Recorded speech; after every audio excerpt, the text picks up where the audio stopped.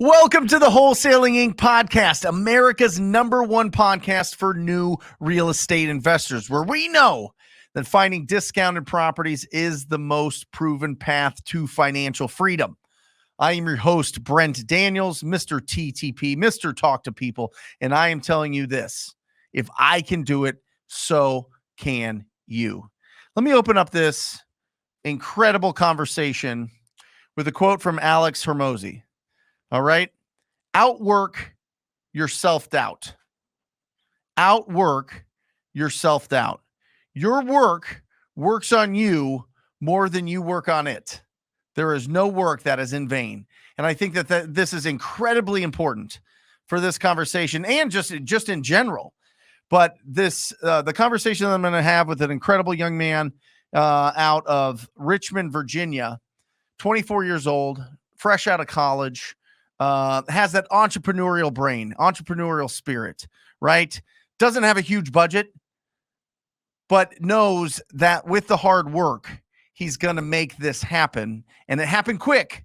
And then there was a pause there before his second deal came through. But the important thing that I want you to get out of this podcast is this: we interview a lot of people that do 100 deals, 200 deals, 1,000 deals, whatever it is. But what about how it feels after you close your first deal, when you're going through your first deal, when you're going through the ups and downs and the uncertainties, the inexperience that you might have getting into this industry from an outside industry?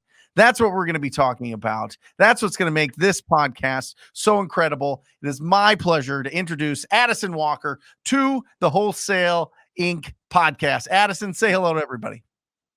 Hey, how's it going, Wholesale Inc? I've been like y'all plenty of time listening, so I'm glad I get the opportunity to actually come on stage here. This is incredible. You know, we just had a great conversation off air, recapping your journey. And really, it just started last July, right? You really discovered, is that when you discovered wholesaling, or have you been looking into real estate investing? What's your origin story that is going to be in the first chapter of your real estate investing book that you're going to write, 20 years from now? Mm-hmm. How did you find, or how did you get interested in real estate investing? Well, I've always kind of been like a lot of other people. I've known about flipping, and that's kind of like the main thing I learned about. And watching those HGTV Flip This House type shows. But really, I didn't know anything about wholesaling until my friend had mentioned it to me in passing one time. And then I started, I was looking at that point in my life, I was looking for different options, other than my traditional route I was on. So then I just started hitting YouTube University, and lo and behold, Brent Daniels pops up. And, after that, I felt the energy, and I wanted to be a part of that lifestyle and go through that path myself. What were you going to school for? I mean, you went to a great school, Virginia Commonwealth, right? Phenomenal mm-hmm. school. What were you going to school for, and why not just get a job? Why not just go, Yeah. So initially when I first went, I was doing chemistry because, I obviously the market loves those STEM type paths and jobs. But then I eventually switched over to anthropology because I've always been interested in like languages, and they have a path in there called linguistic anthropology. Still, language is still a passion of mine. But then I started to get a bigger picture of what I was looking at down the road, whether it was increasing debt, the fact that obviously just the world is changing at a very rapid pace in general, and I guess kind of to my parents and family's displeasure for the most part, I had to try to forge my own path and take a gamble on myself. Love it. Any doubts? Was there any doubts creeping in? Was there anything like what's going on inside your brain as you're making this transition to essentially go out there and eat what you kill, right? You literally mm-hmm. in this business, you get paid based on results, versus, taking this path towards, a career working for somebody else. Yeah, right. My mindset towards it was, I kind of put my mindset into like all in per se. So when I made the decision to go into real estate wholesaling, I didn't really look back, or I didn't really see another option for me at that point. Because I had tried other things previously, like trying to join the military and things about that, things like that. So I really just saw real estate and wholesaling really to begin with as something that must be done. There's things in life that must that have to happen, and you can't really take no as an answer, or failure isn't an option at some point. So, and this is the situation. I love it. Well, listen, you're completely right. I mean, the fact is, in our business, in the business of finding and sourcing discount property, the key to it is quality conversations with distressed property owners. That's it. And if you do that and you focus on it and you make that the core function of how you generate your opportunities, you win. You can't lose. I'm telling you. I mean, if you have enough quality conversations, you win. It's just having the courage to be able to do that. It's making sure that you have enough energy in your day to be able to do that. For people that are doing this on the side and they're moving the scales over of where their time and efforts and energy go to, and they're tired of putting it in to make somebody else rich and be somebody else's return on investment or ROI, and start being their own, right?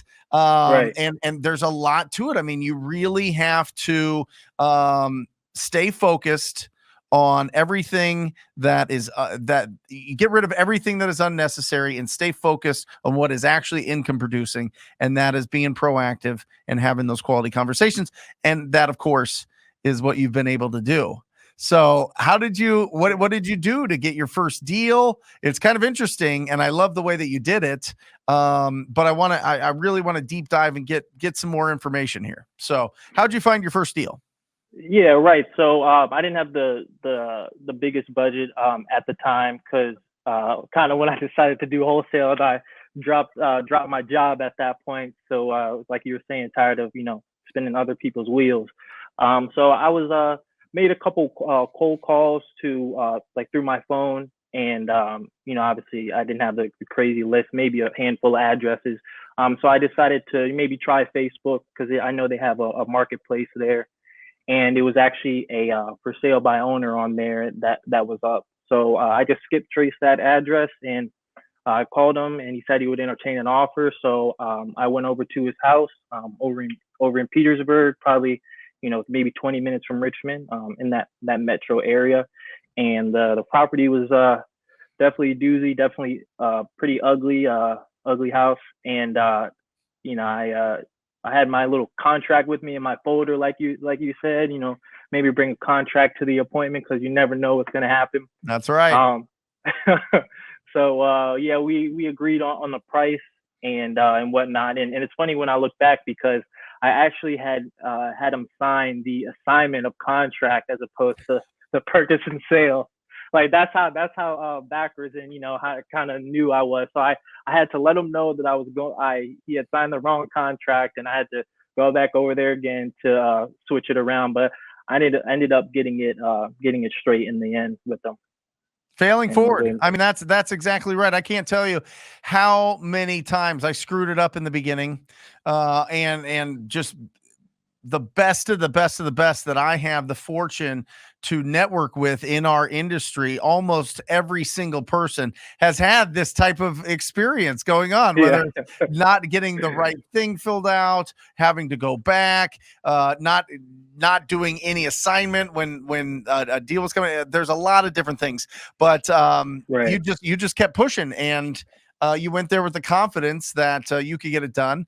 And obviously the seller didn't have a problem with it. I think a lot of people are very, very fearful that they're going to screw it up and look stupid, but that's the whole way we learn. That's the whole thing. It is not education plus action equals results. It's the results. It's the action plus results is our education. You know what I mean? I mean, that's how we learn these things. And now you know what contract to go and present in front of your property owners. So that's phenomenal. So you got this deal locked up. It was probably just smooth sailing after that, right? You just opened up escrow and everything went perfect, and you made a bunch of money. Yeah, well, it was funny you mentioned that. Probably the exact opposite. So I was calling around, contacting some realtors in the area, and I had one show up with her contract, and she was going to be a potential buyer.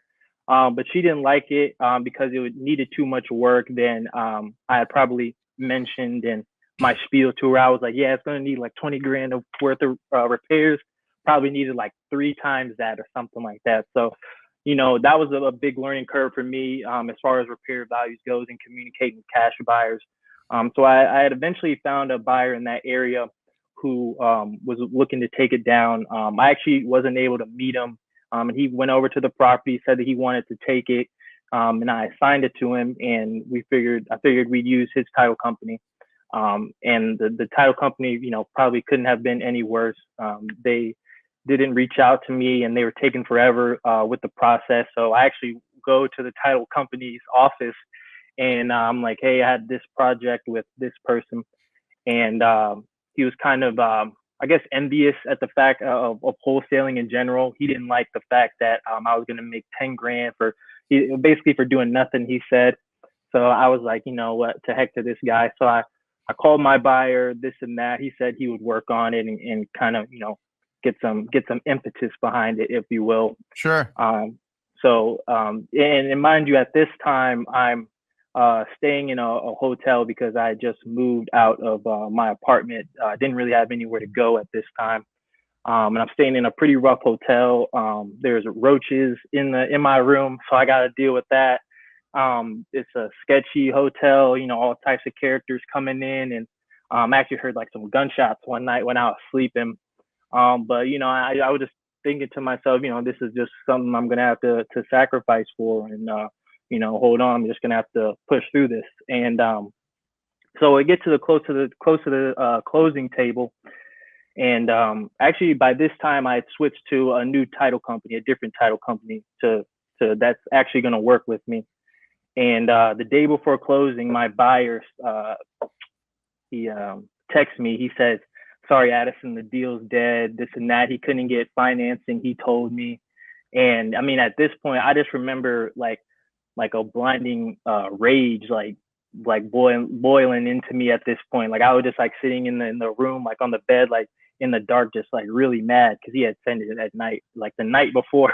So I'm just like, just filled up with anger. And I think that was a big moment for me because I was like, is he really like, is this really trying to happen like to me? Is life really trying to shove me like this?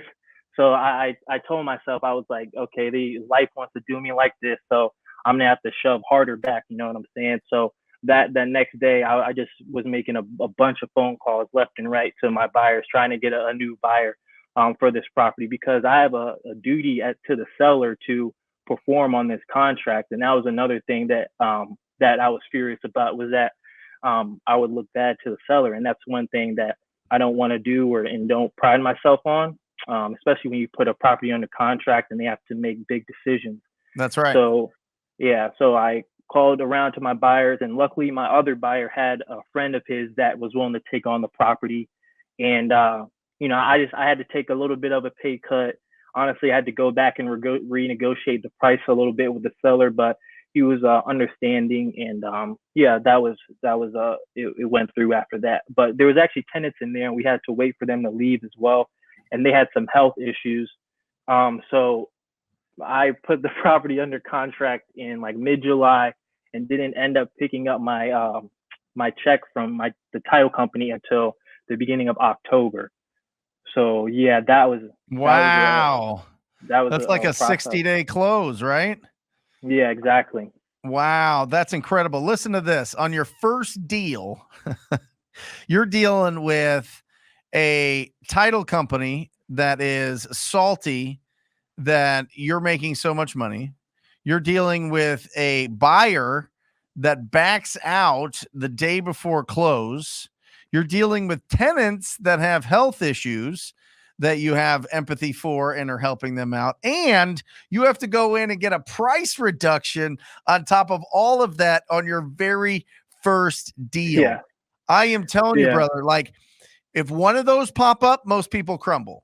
If two of those pop up, people will hide in a closet for until it blows past. When all Mm-hmm. 4 of those pop up, people are like, I'm never touching real estate ever again. Not you. Not you. You pushed through. You did the work. You got it all the way through and got it done and got paid on that deal. How much did you get paid? I got paid $3,500 for that one. Hold on. And on, yeah, right. Come on. Bring it.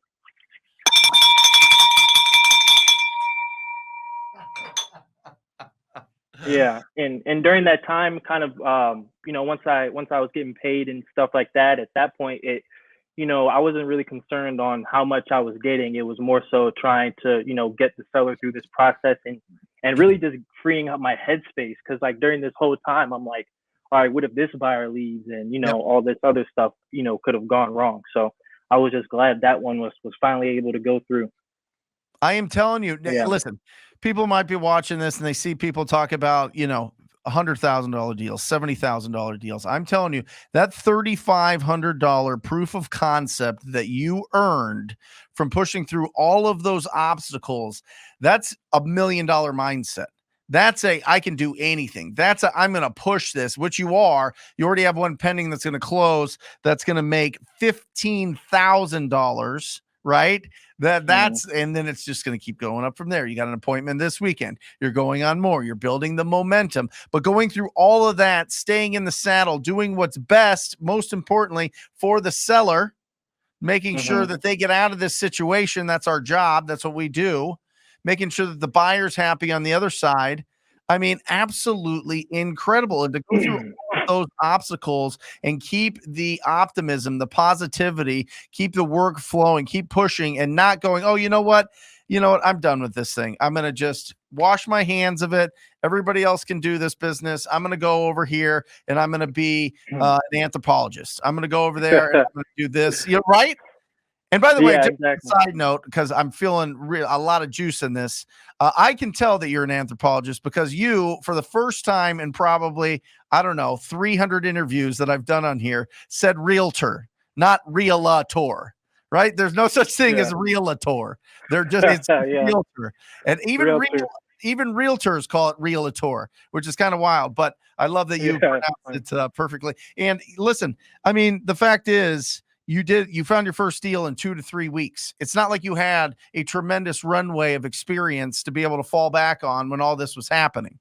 You went out there and you just trusted your instincts. You trusted that you can get this done. You trusted that you're going to do what's the best interest of that property owner, and you won. You won the $3,500, and more importantly, you went from faith to fact. Now it's a fact that you can make money in this business. Out of thin air, using your phone and your voice and your talent and your attention and your consistency, you can go out there and find more opportunities. How does it feel? It feels great. And throughout that first, I guess, kind of when I was waiting for it, I guess I kind of made a little mistake. Maybe I let my marketing slip a little bit because I was dealing with that whole ordeal, and I guess I felt that I couldn't keep up. But that's something I learned to always keep that marketing going and snowball it. And actually, the following December, like a couple months later, I found a property owner who was looking to sell, and I got the property under contract, and it was a good deal, Brent. Like I put it under contract for $4,700, and then assigned it for $85,000. So I was slated to make $37,000 on it. And I was like, yes, this is going to be the moment where I can get clear and prove my family or everyone else that was I guess trying to steer me in a different direction. And then so I sent it to my title company, and then they respond to me probably a couple of days later to tell me that the seller is already under contract, and they had already signed a prior agreement.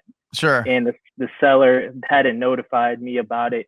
And yeah, that one like almost crushed me, honestly, because I was getting to a point to where I was running out of funds, like marketing, whether it was to live, this and that, stuff like that. So I was getting to a point to where that would have really have saved me and gotten me out of that situation. So then that one falls through, and that one really, hit me really, really like in the gut. Like it was a gut punch. And That's a tough one. The worst part about that, Addison, is that starts that little weird nagging in the back of your brain that says, can I do these bigger deals? Is it possible for me to finally get over the hump? Am I going to finally get there, or am I going to keep getting pushed back and pushed back? And are big deals real? And can I find them? And am I doing this right? Does it only happen to certain people that have certain luck, or all of these weird hallucinations that we think about, and internal battles that we have to deal with, that we have to silence so that we can actually keep taking action to find other opportunities. Because the fact is, Addison, you were, that one almost crushed you because that was the one deal, the one big one that you had locked up. If you had 10 or 12 properties under contract, the one that you lose wouldn't be as bad. So yeah, it's right. all about That was building up the pipeline, right? Yeah, that was what really stuck me with that. I was like, if I had closed a big one like that, maybe a month or two before, that would just be water under the bridge. But the stakes are much higher at this Yep. point, to where that means a lot. Like that's like 200,000. That was like 200,000 to me in that scenario. So that's what really hit me. And then I really, for like a split second after that, I was like, really, is this for me? Should I just start applying for other jobs and stuff like that? But then I sat and thought to myself, I was like, I put too much time into this. I've given too much up to stop now. And I don't think I would ever be able to live with myself had I stopped, and thinking of what could have been if I had just kept going. Sure. So yeah, that's what really helped me rally and get back on the phones. I love it. I love it. And so what's the big vision here, Addison? What do you see yourself, once you've mastered this and built a team and scaled it, what are you going to do with your funds?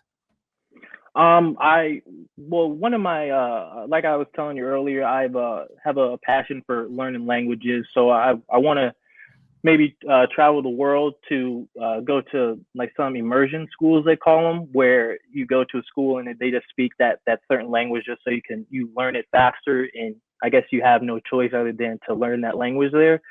Maybe try to do those for a few months here, a few months there, kind of when I'm away for business.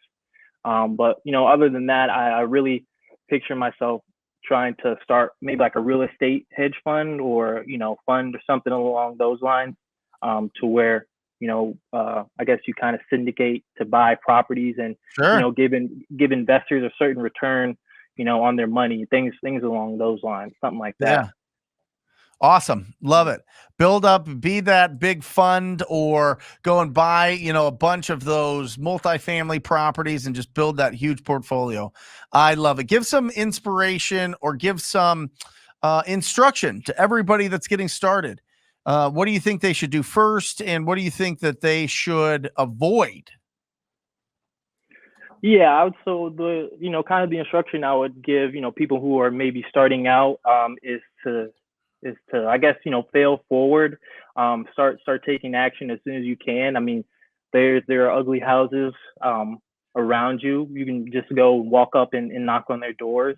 You don't really need a dialer per se. Obviously, there's different ways of getting deals. So I would say, just having and being patient and staying consistent with it is one of the biggest things as well. And from the more mental side of things, obviously people come from different backgrounds, and your family may not be as, I guess you can call it, supportive of you when you go into real estate or try to become an entrepreneurial. Given, but you can't really blame them, because that may not be what they know. They may just know blue collar working a 9 to 5. So that's definitely something that you can't pay attention to. You just have to understand that they're coming from a place of love, because obviously they want you to be stable and be secure.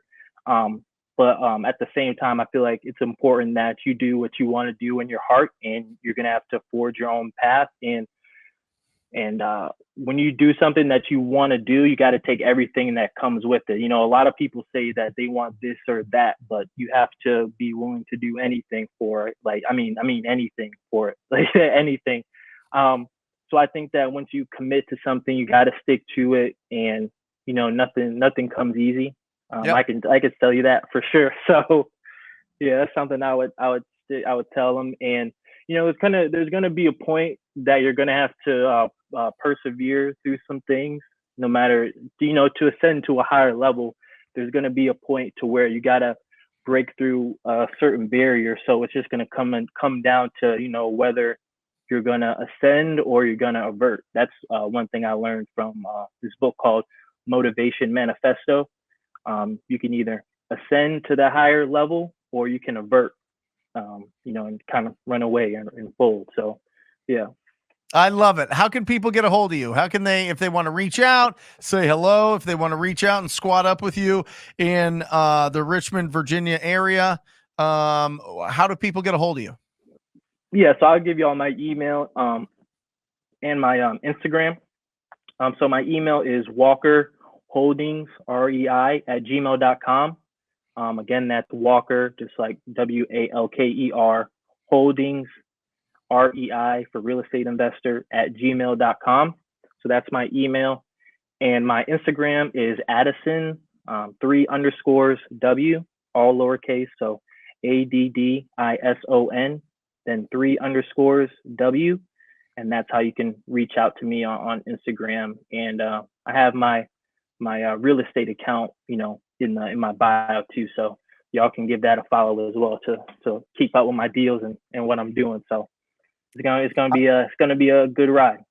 It's going to be a fantastic ride, especially after going through all of those challenges and hurdles on the first deal, still pushing through, still getting bigger deals. You owe me a 50K deal plus, right? Yeah, you got to yeah. go out and find me a big, massive deal, right?